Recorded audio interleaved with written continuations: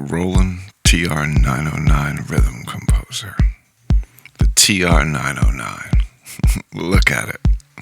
It's huge. It's beige.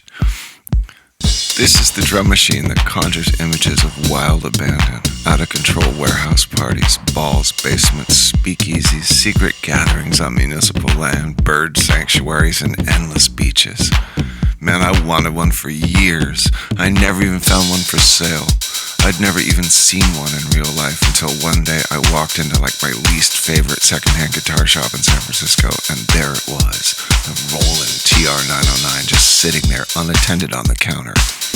I agreed to whatever terms the manager offered, and I ran home with it tucked under my arm. My life was never the same again. Listen to it.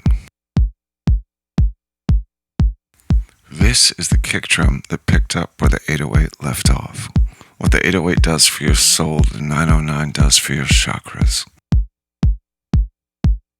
Atsushi Hoshai's personal cymbals were sampled to create the only non-analog sounds in the 909. Unmistakable hats and a motive ride, and that crash from every 12-inch shingle you ever blew your whistle to. The clap that defined the drum machine clap. The snare born for endless fills that don't stop until absolutely everyone's hands are in the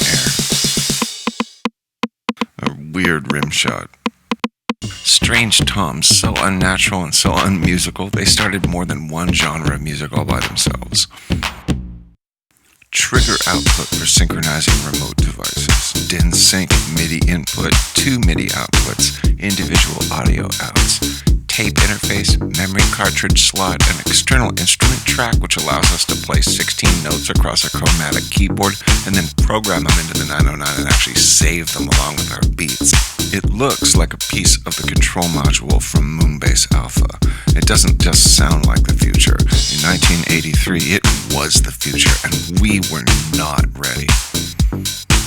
Designed by Tadao Kikumoto, the mind which also imagined the TB-303, the TR-909 rhythm composer was considered a commercial failure. Roland produced just 10,000 units over the course of 1 year. It was launched to an indifferent reception. By 1984, the TR-909 was out of production, and it was replaced by the all-digital TR-707 and 727 combination. As hard as it is to imagine today, the popular drum machines of the 1980s were the ones with natural-sounding samples in them. With the exception of just a few artists that championed analog sound, most people were chasing after the dazzling organic sounds of the Linn drum, the Oberheim DMX, and eventually the Alesis HR-16, and eventually just samples themselves. Producers in 1983 weren't after a bass drum to thump the subwoofer, or the polyrhythm of tribal tom. In 1983, it was all about a big blocky kick with a robust mid-range and an undampened snare drum processed through a gated lexicon reverb, and hi-hats buried so deep in the mix they were barely a suggestion. Although not for lack of trying, to the best of my knowledge, the only top 10 single which ever featured the 909 in the first half of the 80s may have been Sussudio by Phil Collins. Ugh. Even then, it was so severely processed, it's practically unrecognizable as a 909 at all. In 1983, we were lucky to get out of a club or a rehearsal hall without being assaulted for using a drum machine. Pauses between songs are often decorated by hecklers at the back shouting smart things like, "Get a real drummer." I myself have taken more than one blow to the head as the result of my love of drum machines. Maybe that's what's wrong with me. One night at a gig, some drunk dude with a mullet got so angry about my using a drum machine that he climbed up onto the stage, knocked the keyboards and the drum machines all over the ground, yanked out the cables, and cracked the circuit board. I played the rest of that set with super goth blood running down my face. I learned all about Velcro the next day. Violence, intolerance, and ignorance didn't discourage us at all. It only solidified our resolve to make even more people dance to the sounds we could make without anyone else. History has a way of becoming a beautiful boomerang. After a decade that kicked off searching for the perfect beat with crisp lines, bright colors, and a fresh look at typography, it really wasn't long before it was back to mullets, rat tails, and Paul McCartney. Anyway, While across the river, the east side of New York City was exploring rhymes and breaks. But over on the west side, something else was happening. David Mancuso, Nicky Ciano, Larry Levan, Frankie Knuckles, Arthur Russell, a lot of other wonderful geniuses had been refining a different type of mix since the early 70s. A mix where love was the message in the gallery, the loft, the Paradise Garage. A mix where genre was not important, and all people of all shapes and sizes got together to celebrate. It wasn't exclusive in the basements and lofts of the 80s. If you could mix it in, it was welcome. Really just about anything goes. So while the mainstream made its mid-80s shift back to the monsters of rock, the underground discotheques urgently needed some new music to dance to.